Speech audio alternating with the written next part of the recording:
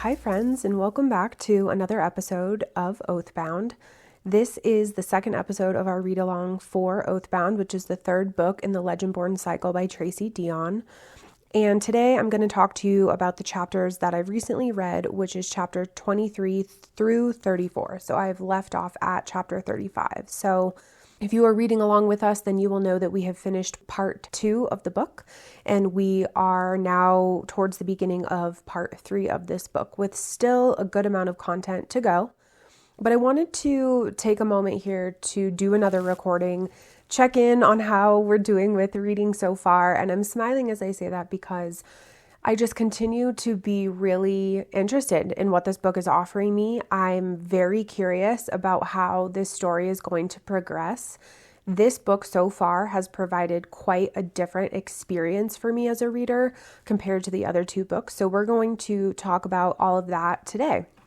But before we do that, I just want to give everybody a little bit of an update on the podcast in general. I know that I've talked about in my context episode and in other episodes that I've done that a big part of this for me is bringing you along for the journey of what it is to podcast.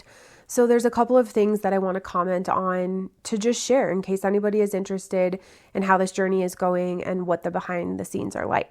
One of the things I really quickly want to cover off on is I do the editing for my own podcast episodes, and it definitely helps me to realize what kind of brain dumper I am, for lack of a better phrase, because that's essentially what this is, right? I'm brain dumping my thoughts and my feelings about these stories and these chapters as I'm reading.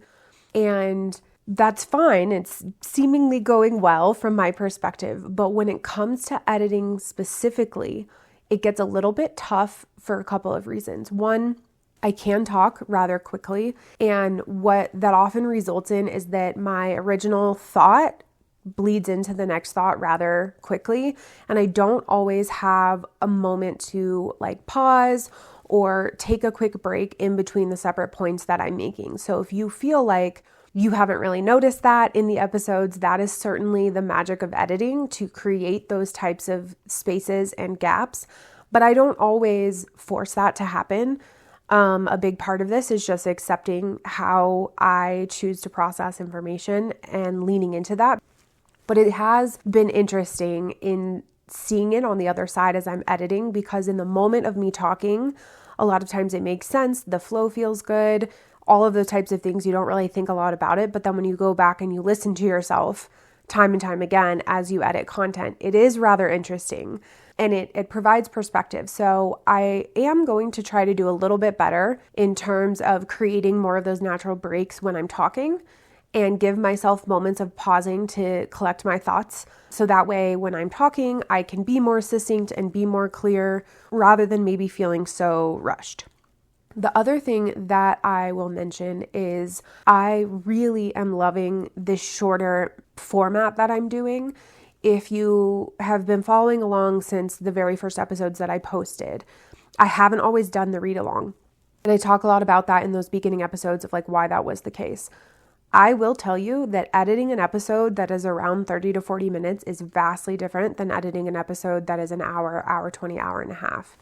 It can be hard to listen to yourself and to edit yourself because you're not just listening to it for that 30 minutes, hour and a half. You're listening to it for quite a while because you have to listen to certain parts over and over sometimes when you're editing to be able to understand or know what it is that you want to edit out or why. And sometimes there are moments where I take out chunks of what I say because listening to it back, it doesn't necessarily make sense, or I want to keep the episode under a certain amount of time and the point wasn't enough to keep in there to make a difference to the overall episode and thoughts that I'm sharing. So you're listening to yourself for quite a long time over and over and over as you do episodes. So to do that for an hour and a half worth of content is so different than doing it for a half an hour of content. So that is just another reason why I'm actually really loving doing more recordings and doing this read along style.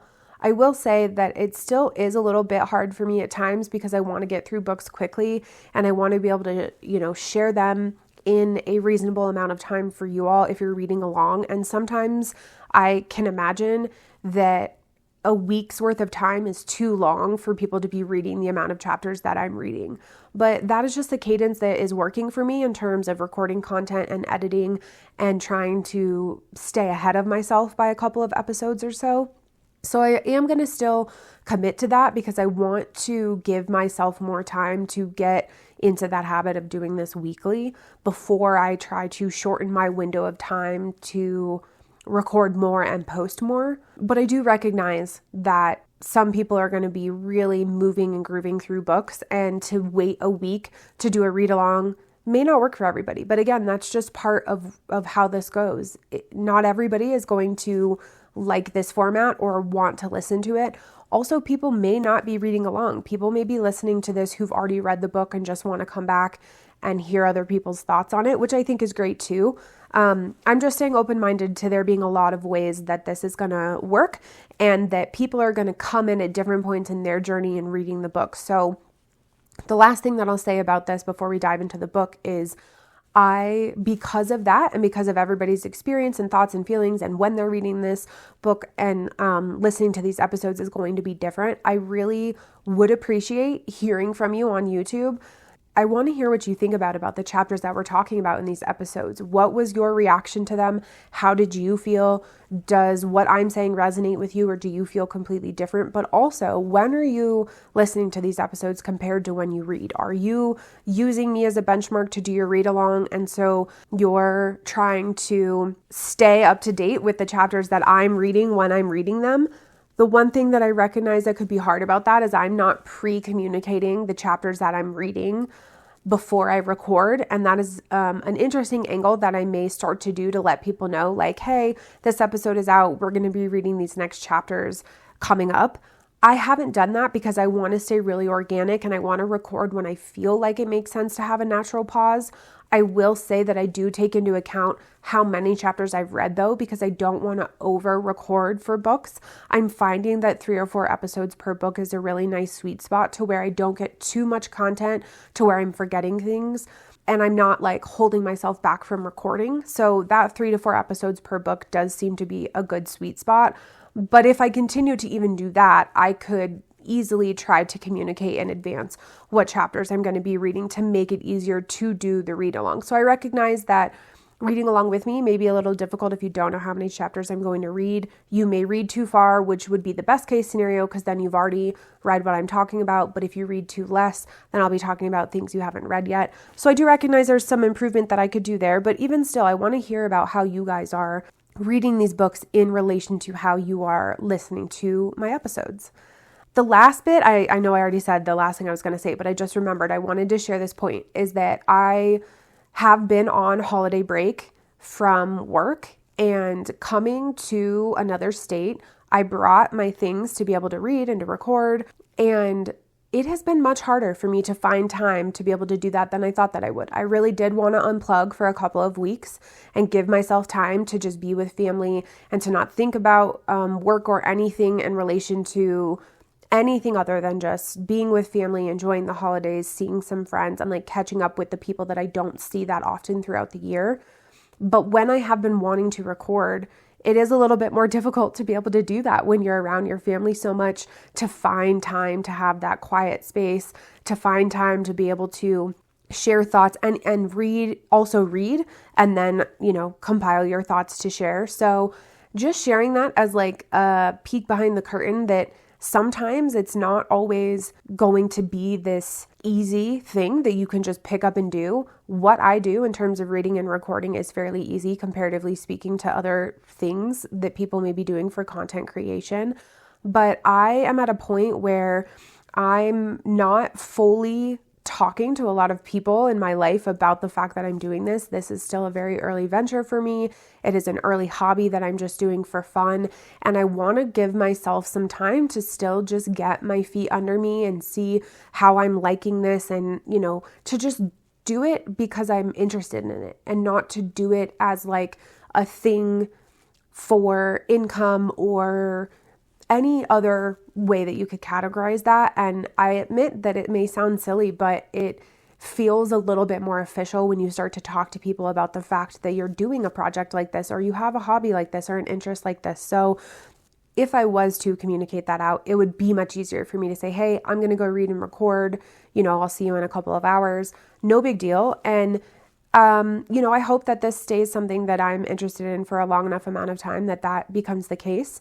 Certainly if those who are listening, if this community grows, it will be something that I take even more seriously than I do now, and maybe even have a little bit more of a rigid schedule about, and it will really become an integrated part of my life, but I'm just not there yet. And I think there is something important about me sharing that, because I think that there's a lot of times where you see people who do new ventures like this or do content creation where they are very much, in front of the camera, owning it as something that they're doing, whether it's an interest or a way to make money, and they fully lean into it. And I think that that's great, and there's plenty of room and space for that. But I do want to recognize that there's going to be a lot of people who want to do things similarly to me as a hobby or an interest, where you're not quite ready to talk about it or have it be out there yet, or, have it become a very integral, regular, recurring part of your life outside of it kind of being like a safe space hobby. And so I want to allow myself to do this in the way that I want and to feel the way that I want to feel about it. But I do think it's important to be honest about it, right?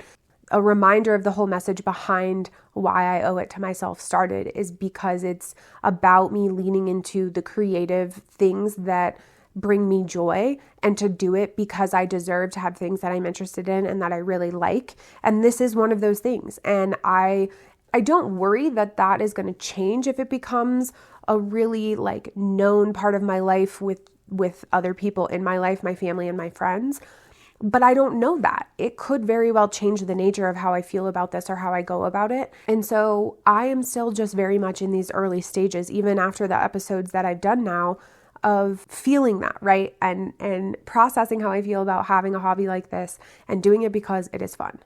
So it is okay that you are not creating something or leaning into a hobby or doing something in a certain way just because you think that you have to. It is okay to go about it in whatever way serves you, because that is the whole point of this kind of message that I'm conveying, is doing things that serve you and that feed back into your interests and what brings you joy. Hopefully, if I do this for a long while, that I look back on these early episodes and I'm like, wow, I can't believe I did that, or, whatever, because I will have grown so much. That is the hope. But I want to have these early day references and thoughts to look back on, even about the journey itself, and not just about, the books that I'm reading or the format and the way in which I went about recording the stories themselves. I want to be able to have the memories of the process of the podcast to look back on as well. So I hope that, to some degree that's of interest to you guys, or that it provides insight or maybe motivation or inspiration for anybody who's looking to start something like this as well. But all of that to say, let's go ahead and talk about these chapters. So again, for Oathbound, I have read chapter 23 through 34. So I have stopped at chapter 35, which is kind of the beginning parts of part 3 of this book.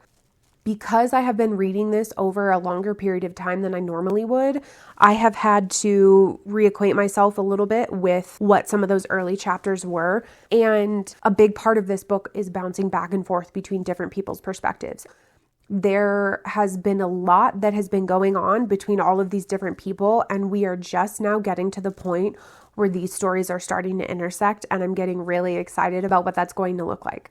If you are reading along with me, you may think that I'm a little bit nuts for stopping at the end of chapter 34, because we're literally at the pinnacle of when a lot of these paths are crossing and really good stuff is about to happen. So you're probably thinking, how could you have stopped there? Why didn't you keep going? But there are moments in these books so far, just because I've really enjoyed every book that I've read and recorded about so far. I could say that about so many different parts. So I do have to at some point just be like, okay, we need to stop and we need to record. Otherwise I would never stop, and I would have too many thoughts to probably create a really sound and solid recording. So yes, I know it's a little bit nuts because we are kind of right in the middle of things really popping off. All of that said, let's go ahead and backtrack to chapter 23, obviously starting from that point and moving forward. We are very much in the chapters of different people's perspectives. And in these first couple of chapters for this recording, we are recording from Mariah's perspective and Natasia's perspective, and then we get back into Bree. I don't have a ton to say about Mariah's perspective when we pick up reading for this section of the book. She is in the process of working with Valak to go and get in front of a powerful individual. They want to get an audience with a powerful individual, and they take the necklace of her aunt to be able to pretend that Mariah is like the Great Dane, because they feel like that will help reinforce the seriousness of what Valak is trying to do. And these people don't know who the dame is. So Mariah's like, well, I'll just pretend to be her. But when Mariah puts on this necklace, they don't actually know what's going to happen. And so, there's a little bit of worry and hesitation because Valak doesn't want anything to happen to Mariah. Mariah doesn't want to have anything happen to her. But she also doesn't know if anything's going to happen to anybody around her when she puts the necklace on, which in this case would be Valak. So there's a lot of hesitation and concern. Really, she puts on this necklace, and in that moment, nothing major really happens. She can just, essentially what ends up happening is, it's almost like, the way that I guess I would describe it is, she can see the dead, I guess, in wearing this necklace. And Valak, part of him is dead. Because of his like demon nature that is within him. She can see this like glowing below his skin. And so the way that he looks to her when she's wearing this necklace is very different, which it's interesting to me that they gave a chapter to talk about this experience of putting on this necklace and for her to see that. Right now, from where I've read from chapter 23 through 34, that doesn't really matter. They talk about it again when she has another interaction with somebody else later in terms of seeing this glow. I guess it could provide her with a benefit if she's wearing it out and about during this adventure with Valak, to know that somebody may be part demon or not who they say they are, because she can see this glowingness of death, where if somebody said, hey, like, I'm a human, for example, she may have to believe that if she was just her normal Mariah self. Whereas with the necklace, she can literally see through that. But nothing really happens in these chapters right now to where this matters. So I'm not quite sure why they touch on it. I don't know what the significance is of them having talked about it. I honestly thought a lot more was going to come out of her wearing this necklace, or that some bad things were going to happen. Maybe it will. But again, from what I've read in this set of chapters so far, nothing really significant comes out of it. It was just an experience that she had with Valak that apparently the author wanted to, comment on and talk about. So as we move forward in the chapters that we've read, Natasha is still very much in the fold with Selwyn. They're still very much in this place where Selwyn is getting stronger and stronger. He has defied her in terms of breaking through the barriers that she's created, but as I had mentioned before in the other recording, he continues to come back. He doesn't run away forever. Even if he breaks out to go do something, he is coming back and he's there with her. So even though he still seems to be mad at her and frustrated, and honestly, he's not even really communicating with her with words that often, he still continues to return to her. So I do think there's this recognition that like he doesn't really have anywhere to go. If he wants to try to find a way to solve the situation that he's in, she is his best bet. So there's a lot of that still happening where nothing really groundbreaking is taking place. But what we do start to see is that she's very communicative about the fact that, like, I don't know how to help you. Like, everything that I did for myself that I can think of that I've read, I have tried, and nothing is helping you in regard to the demonia that you are feeling and you are experiencing. And I don't want you to give up on me. Like, I will continue to try and work really hard to figure this out. But I don't have the answer. I don't have a simple solution. So she's being very transparent with him and honest with him about it. The one thing that she does comment on in this early chapter of this section is she says that she's surprised how he's handling it. She's surprised that after all this time, he's still somewhat himself. Like, yes, he is in demonia, and you can very clearly see that he's succumbed to that. But there is a piece of him that is reasonable to a degree that's underneath there, and that is like sound. And she's very taken aback by that, because really when the demonia takes over and they're fully demons, a lot of that like logic and stuff goes out the door. You are just, as we've seen with other demons, they just want power. That is all that they care about. And that's the only thing that they are focusing on, because that's how they survive. They survive on like the power and the ether of people who have powers. He feels some of that, obviously, of course, because he has succumbed, but he is still also like in control, and she is baffled by this. So I think her commenting on that definitely is leading us to learn more about this situation and why it is this way for him specifically. And I'm interested to see what that translates to, because I think it is going to matter. Now, we also get into some chapters from Bree's perspective, which of course makes sense. She's our main character here. This is the beginning part of where we see Bree kind of united with the twins, trying to get to this common goal. So just to backtrack really, really briefly, the twins and Bree, they didn't really get mad at Erebus, but they kind of did. And Bree ran into this girl when they were out in the past chapters who she feels like was kind of akin to her in terms of being a medium or having some type of craft or power, that was out with somebody that she shouldn't be out with. And what they came to find out is that there is a likelihood that this unsavory individual was taking this girl actually to Erebus, because there is a way in which Erebus has to survive, which is what I had just mentioned, right? Demons of some kind have to consume power. They can not do that, but it will never be as satisfying and fulfilling as consuming power. And what the twins and Bree are commenting on is like, we don't ever really see Erebus eat, quote unquote, eat or sustain himself. So he has to be doing it in some kind of way. And they tracked this person basically back to, this demon king, which is Erebus. And they have this theory that this person is part of this process where they are taking magically inclined people and they're bringing it to Erebus so that way he can consume their powers, which ultimately will kill these people. Both Bree and Zoe really just were feeling some kind of way for this individual and just about the reality that could be happening, that they don't want that to happen. So in their mind, they want to go out into the world, find his crown, because when Erebus gets his crown, he will be at a level of power, if I'm understanding all of this correctly, he will be at a level of power where he doesn't have to do this anymore. And therefore they can save this girl and potentially many others from having to be part of this process. And so even though him having the crown will unlock a lot of other things about his power and the way that he rules, they have one sliver of that reality where they're banking on helping this individual and potentially many other individuals so that they don't get killed because of Erebus's needs.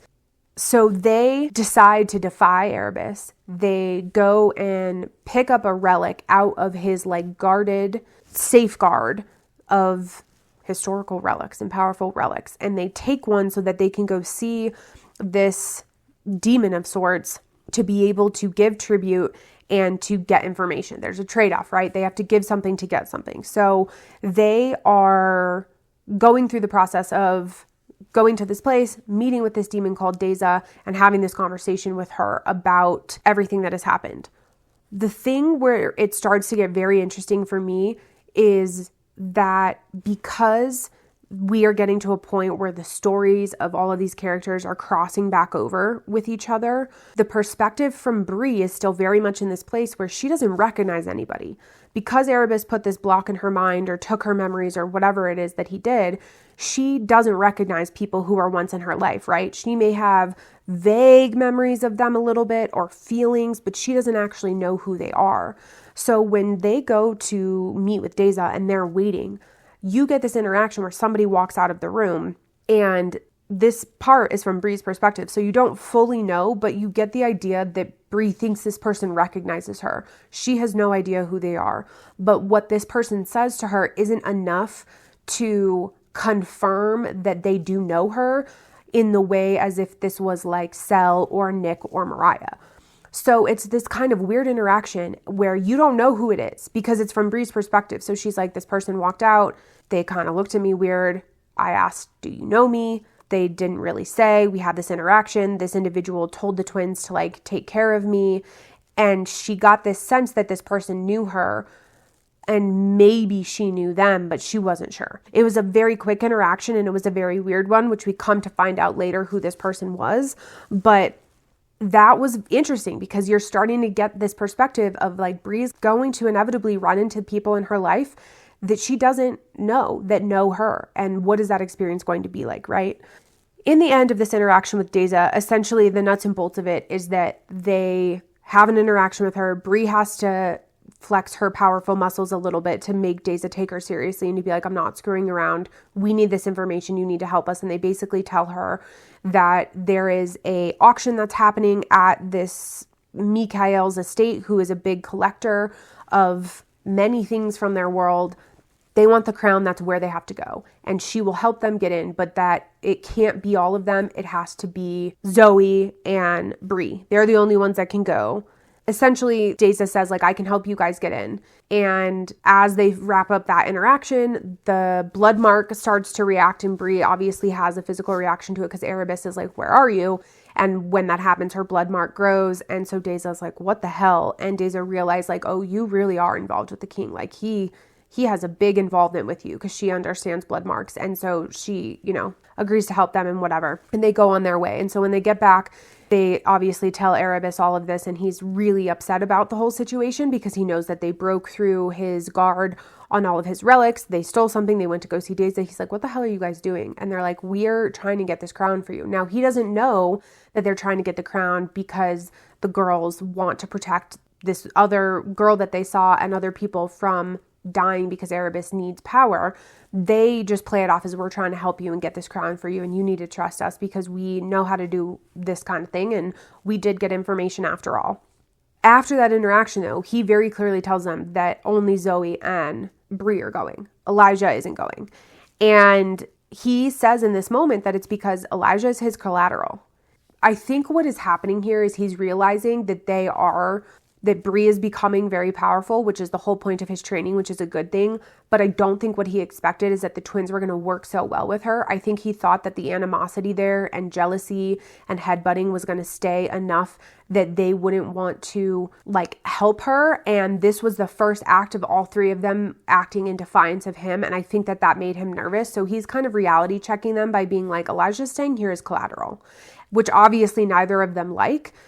Zoe and Bree aren't okay with that, and neither is Elijah, but he's like, you need incentive to come back. You need incentive to not just run free, which they in theory could do. I mean, obviously Bree can't because of the blood mark. He could find her at any time, just like he did the first time, but I think he's starting to realize he has a game that he has to play here and that things are starting to pick up, which as a reader, I'm interested in. And I think these three are really going to cause chaos for him. And I think that they're going to come together. And I hope that later on in this story that the twins can walk away with Bree and kind of live life with her and in support of her and leave him behind, because I think that they're really starting to kind of form some bonds here. But what we see for the first time after all of this goes down, after all this conversation, after they get this information about the crown and all of this stuff, this adventure that they had, is Bree realizes that I'm going to kill this man. And I had started to get this feeling that she was realizing that as much as she needs him to help train her, she does not want to be aligned with him and live a long time with him or alongside of him. When he gets to power, she's going to have to react, and it's not going to be by being in cahoots with him. And this is the first time she says it, where she's like, when all of this is said and done, I'm going to kill this man. I think that this is the beginning of us really seeing Bree start to be that badass that I know that she can be. She has used her power out in public. She's used it in front of the twins. She's done all of those things successfully. She's done it confidently. And even though she still has a lot to learn, she is really starting to be somebody that we don't recognize. But that means that she's stepping into that power, which is a really positive thing and is, really great to see. So then we flash back to Mariah and her and Valak. The person that they were going to see is Deza. So this is now the second mention that we see of somebody going to Deza, but the third occurrence of it being somebody in relation to this, because in relation to this group of Bree and this world that they are all living in together in terms of the order and being affected by it. Because the first is when Bree and the twins go to Deza, but also the interaction of that person who is there. They are involved, even though at this point we don't know who they are. And then Valak and Mariah go. So this is the third time that somebody has come across that. And when they go and they talk to Deza, a couple of quick things happen. She mentions that she's had a lot of really weird visitors. You realize that she is saying that because all of these people who are coming are trying to essentially, their needs are all aligning up to this silent auction. So as she interacts with Valak and Mariah, again, they're trying to play off that Mariah is the grand dame. Deza sees right through that shit, but she's not threatened by it because she knows that Valak has a long history of being immortal, and like she vibes with him enough to be like, look, I know she's not the grand dame. It's cute you guys tried, but I'm not really fazed by it. She gives them information which says, hey, you too have to go to Mikhail's, to this collector's gala, and I can help you do that. But she makes it very clear that Mariah has to go by herself, that she has to be the one that is pretending because she is not, coming from this place of being a demon and all of the things that maybe Mikhail could, or people in Mikhail's circle could sense if Valak was to go. So that is interesting. So we know that there is going to be some type of crossover when all of that goes down. Now we circle back again to 2 quick chapters, which is Natasha and William. First, for Natasha, what ends up happening is you get the perspective of her coming back to the house, and immediately when she comes back to the house from being out, Selwyn freaks out. And what you come to find out is that Natasha was the one that was at Deza's place when Bree and the twins showed up, and so she recognized Bree. Now, if Bree hadn't lost her memory, she would have recognized Natasha as being somebody from her past with her mom because she had already had and lived those memories in previous books. She knows that Natasha is now Sel's mom. So she would have recognized her, and there would have been a very different interaction had she known who she was. But she didn't. The twins obviously didn't know who she was. So Natasha just said her piece about like, take care of Bree and moved on. But she didn't know why Bree was there. She didn't understand why she would be there with somebody like Deza. And so before she really could even think 2 things about it, Sel like freaks out and is like, because he can smell Bree on her. And so he's freaking out. He's like, where is she? What have you done with her? Da, da, da, da. And you find out in this interaction that Natasha is learning for the first time how involved Sel was with Bree and how close they were. She also realizes and learns that Bree is the scion of Arthur, which she did not know. She said that's impossible. Faye never had the lineage, but he's like, I'm telling you, this is exactly what has happened. And what she starts to think back on is how some of the interactions with Faye, could there have been something there that I didn't see? How could Bree have gotten those powers? How could this have affected her life in this way? She's starting to kind of think through all of these things, all while trying to control Sel to be like, I didn't do anything to her. I didn't do anything to her. I just saw her. But she's processing a lot in this moment, right? She's processing the fact that Sel has a very strong connection to Bree, which is a lot for her because she had a very strong connection to Faye. She's realizing that Bree is a scion, which is a whole thing in and of itself. She's realizing that Bree is in this world she never knew anything about, which is also a whole thing.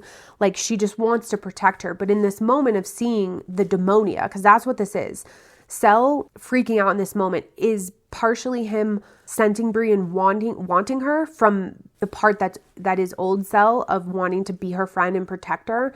But it's a big part of the demonia because what made him turn was Bree's power. And so Natasha is interpreting this reaction of Sel as his demonia, and she was like, I will do whatever I have to protect Bree, and that includes protecting her from my own son. So it is going to be interesting to see how this unfolds, and this is kind of the last interaction that we see with Natasha and Sel for this section of book that I'm in, and that's a pretty big revelation. She is willing now to almost fight her son if she has to protect Faye in a way, even though Faye's gone, but like Bree is an extension of Faye. And we're going to see how that unfolds at a later time. Now we get into a couple of chapters from William. Essentially, William is, out in the world with Lark and with Nick. And very quickly as they're out on this quest, in this particular chapter, the Morganes find them, who is the group that Nick is looking for. They end up having an interaction, and essentially Nick is like, I'm going to go with her because she's going to help me accomplish something that I need to do, and you guys need to go. And William is not about that. He really doesn't want to do that because his whole priority is to get Nick to safety and to protect him and to be there for him. But essentially, as a scion, Nick is like, no, you need to go and do this and let me be and let me go do what it is that I have to do. William just kind of has to be okay with that. William has to be okay with not knowing everything about what Nick is doing, and that's really hard for him. He's having a really hard time with realizing that Nick has a plan that he doesn't know about, and with accepting the fact that Nick really doesn't want them there, even though he knows that they're there in good faith.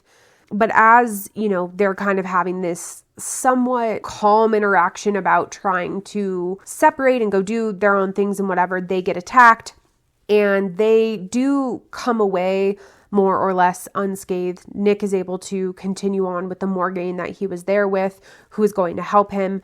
And Lark and William do have to fight some of the mage guards that are there. They essentially have been tracking either them or the Morgaines or both. And what they come to find out in this interaction is that these mage guards are experimenting and testing on Morgaines. They had syringes with them that they must be using to collect samples. And I find this very weird. I will say that this was a very odd thing to me, because the reality of the mage guards hunting the Morgaines and not following Nick and them at all, that's not that crazy. But the fact that they want to test them or experiment on them, I don't understand that angle, and I don't understand the point of that. That seems way out of left field for me, at least. And even in this, what you see is William also kind of have that realization of what the heck is going on? And what are they doing? And so William wants to go and find out what the council is doing. He wants to go to the Institute and figure out what the hell is going on.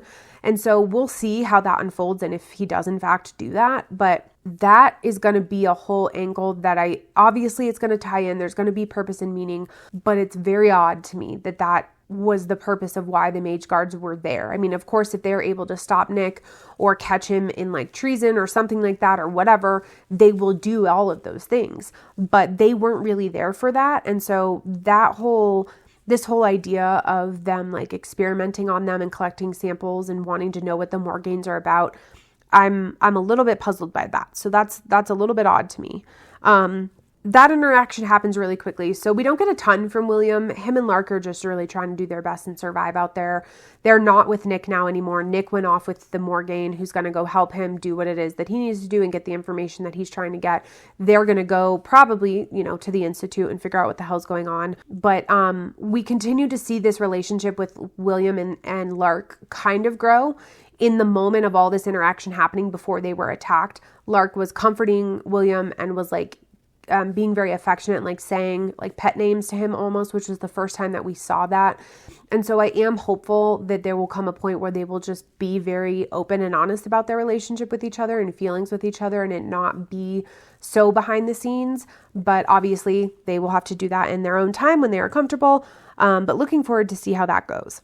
So for these last chapters of this section that I've read, from chapter 30 to 34, all of this happens at Mikael's mansion. Essentially, Bree and Zoe show up. They have their invite. They get through the wards to be able to go in. They aren't who they actually are. They have fake identities, and they're dressed to the nines, fully dolled up. They have masquerade masks on because it's part of this whole shtick of protecting their identities and what this guy wants to do at this gala. And they are there for one mission and one mission only, which is that they are there to get the crown. And so what kind of flashes back, if I had to use a particular phrase, what kind of happens as you're doing this is you're realizing that Bree is thinking back to when she was working with Elijah after they knew that they were going to be coming to Mikael's place.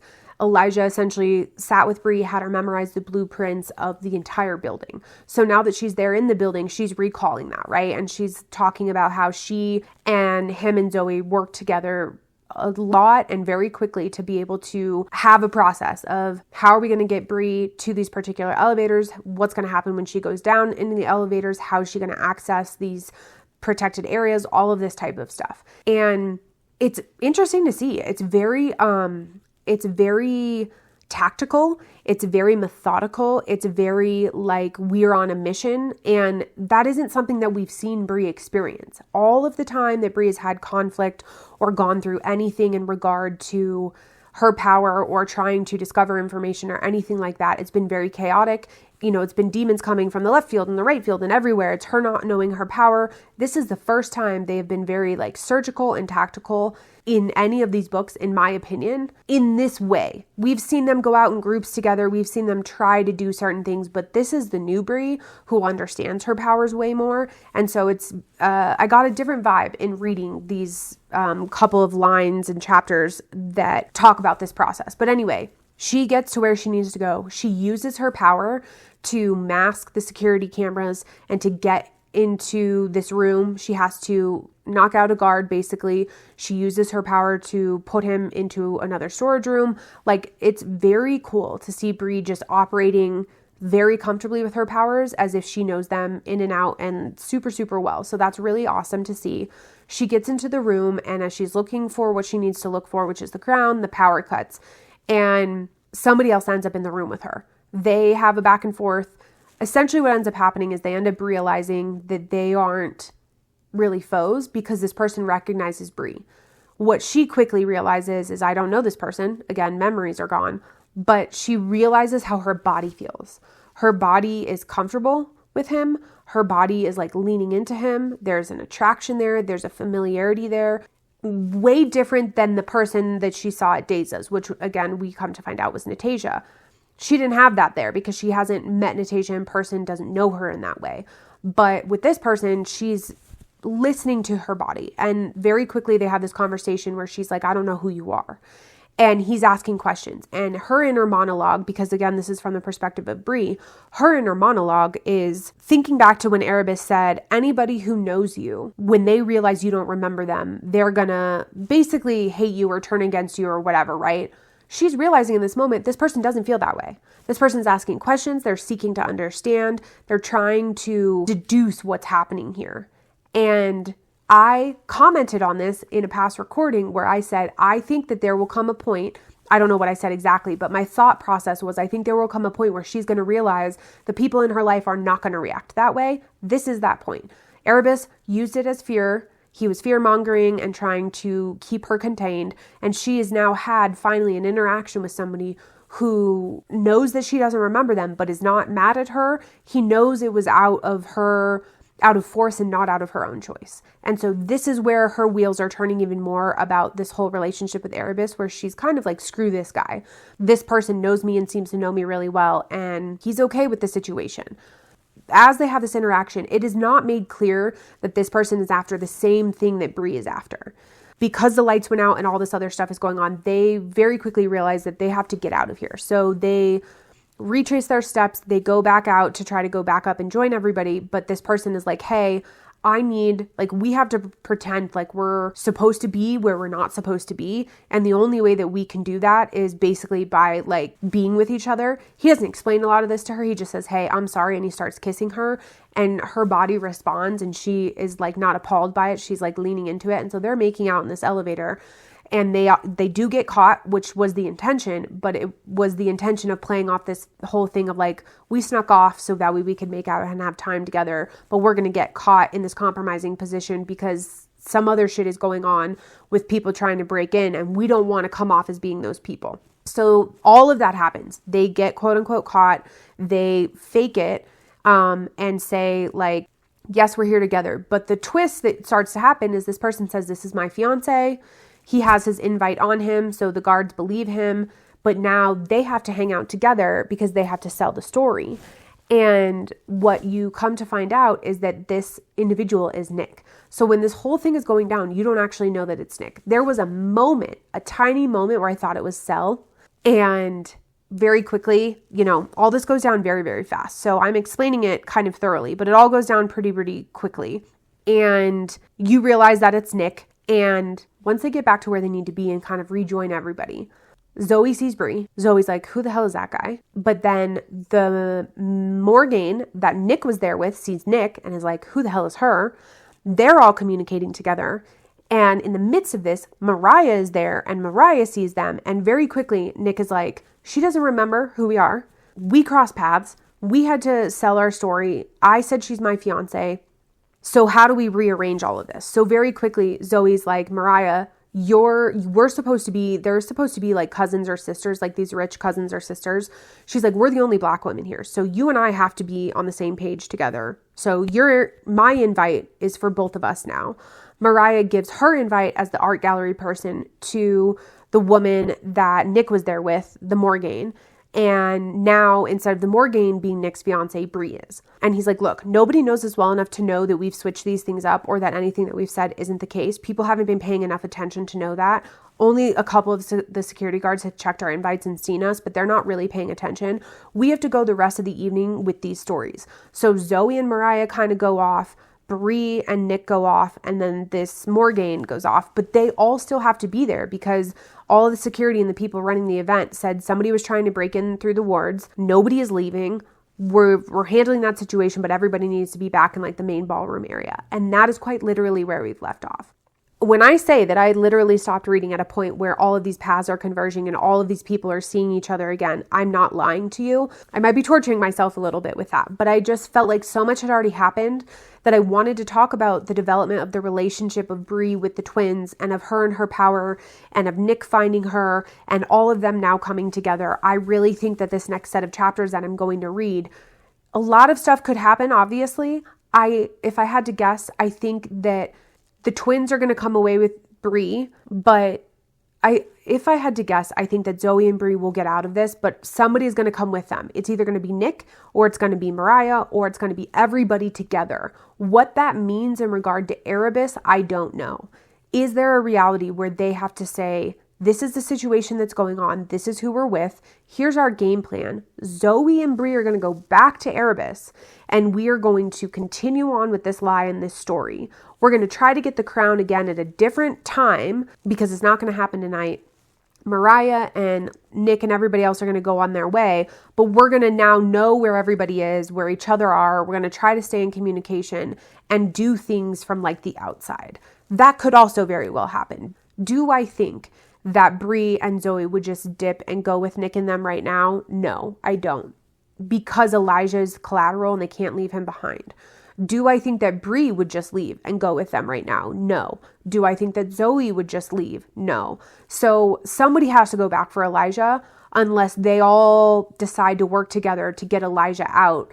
But even still, because of this blood mark, Bree is not really able to escape. So I do think she's going to go back and they're going to have to continue to like play this man and kind of lean into his hand and continue her training and like appease him. But there's going to be other stuff happening now that everybody is going to start to understand the situation that she is in. I think they're going to try to help her get her memories back. I think they're going to try to almost work this from the inside.